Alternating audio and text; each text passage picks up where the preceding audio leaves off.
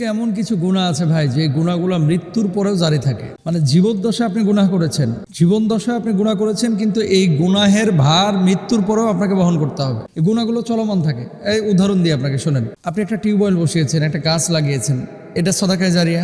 মারা যাওয়ার পরে যতদিন মানুষ এই টিউবওয়েল থেকে পানি পান করবে, গাছ থেকে ফল খাইবে, ততদিন আপনি সওয়াব পাবেন। এটা তো হাদিস। নবীজি সাল্লাল্লাহু আলাইহি ওয়াসাল্লাম হাদিসটা কি? ইদা মাতাল ইনসানু ইনকাতা আনহু আমালুহু ইল্লা মিন সালাসাতিন, ইল্লা মিন সাদাকাতিন জারিয়াতিন আও ইলমি ইউনতাফাউ বিহি আও ওয়ালাদিন সালিহিন ইয়াদউ লাহ। মানুষ যখন মারা যায় তার সমস্ত আমলগুলো বন্ধ হয়ে যায়। তিনটি আমল মৃত্যুর পরেও চলমান থাকে, সে শুয়ে শুয়ে কবরে সওয়াব পাবে। এক নাম্বার, যখন সে সাদাকায়ে জারিয়া রিলেটেড কোনো কাজ করে যাচ্ছে, দান করেছে, লিল্লা বোর্ডিং বানাইছে, বৃদ্ধাশ্রম বানাইছে, টিউবওয়েল বানিয়েছে, বসিয়েছে, রাস্তাঘাট নির্মাণ করেছে, ফল গাছ লাগিয়েছে, মরার পরে যতদিন পর্যন্ত কবরে শুয়ে থাকবে ততদিন পর্যন্ত এগুলো সব তার আমল নামায় যেতে থাকবে। সুবহানাল্লাহ। আচ্ছা, এক নাম্বার গেল। দুই নাম্বার আসেন, এমন উপকারী আইলেম সে রেখে গেছে, কিতাব লেখছে অথবা ওয়াজ করেছে, মানুষকে সুন্দর সুন্দর নসিহাত করেছে। এই নসিহাতগুলো যতদিন পর্যন্ত চলমান থাকবে ততদিন পর্যন্ত, মানে মানুষ এখান থেকে যতদিন পর্যন্ত উপকার পাবে। আপনি একজনকে বেনামাজিকে নামাজি বানায় গেছেন, ও সারা জীবনে যত নামাজ পড়বে ওর নামাজের একটা অংশের সওয়াবের ভাগিদার আল্লাহ তাআলা আপনার বানায় দেবে। সুবহানাল্লাহ। তো এখানে হচ্ছে উপকারী ইলম যদি আপনি বিতরণ করে যান, আপনি সওয়াব পাবেন। তিন নাম্বার হচ্ছে ওয়ালাদিন সালিহিন ইয়াদউ লাহ। এমন সুসন্তান আপনি রেখে গেছেন যে আপনি মারা যাওয়ার পরে আপনার সন্তান আপনার জন্য দোয়া করছে। কার কাছে?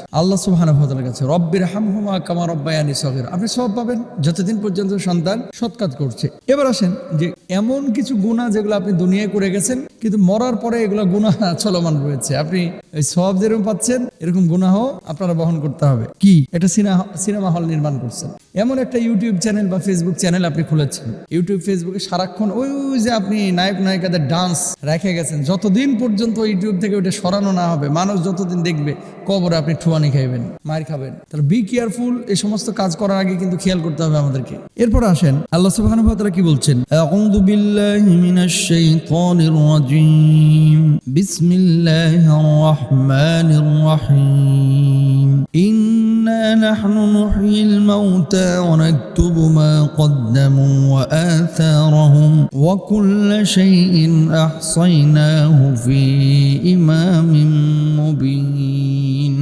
সাদাকাল্লাহুল আযীম। আমি মৃতকে জীবিত করি আর লিখে রাখি যা তার আগে পাঠিয়ে দেয়, আর যা পিছনে ছেড়ে আসে, সবকিছু আমি স্পষ্ট কিতাবে সংরক্ষণ করে রেখেছি। এটা আমার কথা না, আল্লাহর কথা। সূরা ইয়াসিনের 12 নম্বর আয়াত আল্লাহ সুবহানাহু ওয়া তাআলা এই কথা বলেছেন। তাহলে এখানে কি শিখলেন? এমন কোনো পাপ যদি আপনি দুনিয়ার জিন্দেগিতে করে যান যে পাপটা চলমান থাকবে, এই পাপের ভাগীদার আপনাকে নিতে হবে। রাসূল আকরাম সাল্লাল্লাহু আলাইহি ওয়াসাল্লাম বলেছেন, যে ব্যক্তি কোনো উত্তম পন্থা প্রবর্তন করে তার জন্য রয়েছে এর সওয়াব। যত মানুষ এই পন্থার উপর আমল করবে তাদের সওয়াব, পালনকারীদের সওয়াবও কমানো হবে না। আর যে ব্যক্তি কোনো কুপ্রথা প্রবর্তন করবে সে তার গুনাহ ভোগ করবে, এবং যত মানুষ এই কুপ্রথা পালন করবে তাদের গুনাহ তার আমলনামায় লিখিত হবে, আমলকারীর গুনাহ কমানো হবে না। কি বললো বুঝছেন? একজন মারা গিয়েছে, এটারে মাজার বানায় ফেললেন। এই মাজার তো আর কেউ মানুষ ভাঙে না। বাংলাদেশ, ভারত, পাকিস্তানে যতদিন পর্যন্ত এই মাজারে আকাম কুকাম হবে, সব মাজারে ভালো কাজ হয় না। কিছু মাজারে আছে গাঁজাবাজি হয়, কিছু মাজারে আছে শিরকি কাজকর্ম হয়। যতদিন পর্যন্ত এই মাজারে শিরকি কাজকর্ম হবে ততদিন পর্যন্ত যে করে গেছে ও মরে যাওয়ার পরে 1000 বছর যদি এই মাজারটি করে, গুনাহের ভার বহন করতে হবে। ইউটিউব চ্যানেলে আপনি এমন কিছু কন্টেন্ট দিয়েছেন যেগুলো যুবকদেরকে উত্তেজিত করে, পাপের দিকে ধাবিত করে, যতদিন পর্যন্ত এই খারাপ জিনিস থাকবে আপনার গুনাহের ভার নিতে হবে।